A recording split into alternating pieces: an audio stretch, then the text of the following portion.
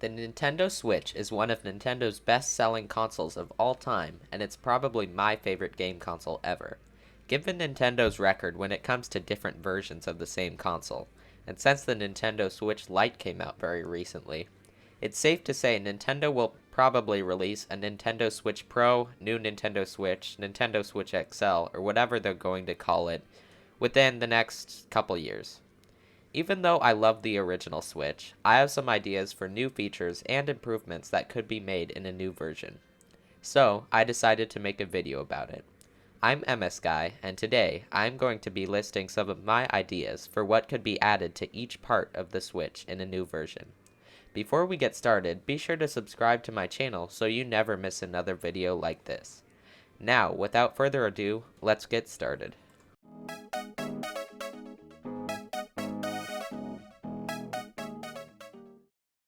First, let's go over one of the most innovative and flawed aspects of the Switch, the Joy-Cons. The Joy-Cons are relatively small, as you can see compared to my hand, but they have a good amount of buttons, enough to function separately as its own controller. However, these buttons can be annoying, especially the analog stick, which has started drifting on some of my Joy-Cons, and this is a very common problem. I hope fixing these problems with the Joy-Con would be one of the first priorities in a Switch Pro.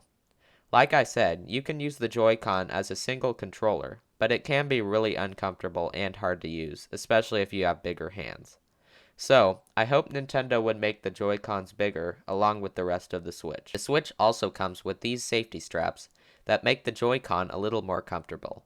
I think Nintendo could improve on these, maybe making a full-on grip that makes the Joy-Con shaped more like a normal controller. Another thing that could be improved are the motion controls. The motion controls in the Joy-Con are good, but sometimes they end up drifting, especially when using the Joy-Cons as a pointer. If the Joy-Cons are made bigger, there could probably be more room to add higher quality motion controls. Next, let's go over the most important part of the Switch itself. Right now, I like the size of the Switch, but I think it could be made a bit bigger, especially to accommodate better Joy-Cons and some other features I'll mention soon. The biggest thing I would change here would be the kickstand. I have a separate stand for the Switch because the built-in kickstand is really flimsy. You have to be really careful when playing with this. As you can see here, when I tried to stand up the Switch, the kickstand broke right off. Okay, I pulled on it a bit with my hand, but it shouldn't be able to do this that easily at all. In a new Switch, I would want stronger, bigger kickstands that don't fall off easily, and maybe even one on each side of the Switch. Underneath the kickstand, the micro SD card is stored. In a new Switch, a bigger size could accommodate a regular SD card, or maybe even two, one under each kickstand. This would allow a Switch Pro to store lots more games than the normal Switch.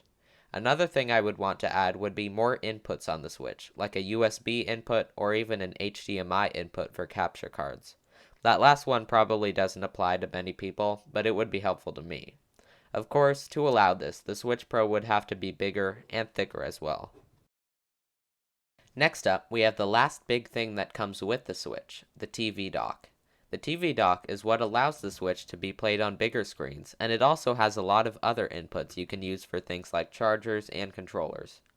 As you can see, you need to plug in the AC adapter and HDMI cable inside this part of the dock, and close this to keep the cables inside. A couple of the USB ports are on the outside. I actually think it would be easier if the HDMI port was on the outside of the dock, as it would be much easier to move around the dock. The AC adapter can currently fall out pretty easily, so it makes sense to include it inside the dock. But maybe the Switch Pro could have a stronger AC adapter input on the outside of the dock, allowing for more portability. The last thing I want to say about the dock is that it should have a lock to keep the Switch from moving around. As you can see, when I put the Switch in the dock, the Switch can come out relatively easily. There should be a button on the Nintendo Switch Pro's dock that locks the Switch into place to protect it from falling out. This could also help with some more compact storage on trips. And, of course, the dock would have to be bigger, maybe allowing for some more USB inputs. The last physical item I want to go over is the Pro Controller. I know it's not included with the Switch, but it is one thing I would want to be included with the Switch Pro, or at least in one type of set. For the controller itself, it's really comfortable and definitely my favorite way to play on the Switch, and the analog sticks do not start drifting like the Joy-Con. However, I do have a couple nitpicks. The sync button on the top should be bigger. As you can see, it's really hard to press. It's hard to tell that it's even a button. I think there should also be a power button. I know you can turn on the Switch by holding down the home button, but it would be a lot easier if there was a dedicated power button. Overall, it's a really good controller, and not much needs to be improved for the Nintendo Switch Pro controller. The last thing I want to go over is the Nintendo Switch operating system. The Switch's operating system is really simple. It has your games easy to see, non-game software at the bottom, and profiles on the top. At times, though, it can seem too simple. On the 3DS, there were lots of cool themes you could get to liven up your system, and I think it would be really cool if the Switch had this as well. I'm not sure why Nintendo doesn't do this, as they could make some more money from it as well. Overall, the UI here shouldn't be changed too much on the Switch Pro. One more thing I would want to add is folders to put multiple games in, like on the 3DS. Now, let's look at the controller menu. One thing I would want to add would be making it more obvious how to pair new Pro controllers, as it can sometimes be a bit confusing. I would also make sure that the Switch Pro was compatible with the original Switch Joy-Cons and Pro controllers. The Switch has a pretty easy to use settings menu, but I don't really like some parts of it. For one thing, the Mii Maker is buried inside settings rather than being a separate app, like most previous consoles. Mii's are some of my favorite parts of Nintendo consoles, so in the Switch Pro, I hope they make Mii Maker a separate icon on the bottom part of the home menu. When it's in settings, it just seems like they're trying to get rid of Mii's. Here, you can see the only two themes are white and black, like I mentioned earlier. There needs to be more, even if it's just colors besides white and black. Other than that, I like the settings menu. I just wish there was a lot more personalization options. The next thing I want to show off is the video capture. When you open up most apps, you can take a 30-second video by holding down the capture button. I would really like it if the Switch Pro could take longer videos, and to accommodate for this, I would want the Switch Pro to have a lot more system storage. This would help with storing games as well.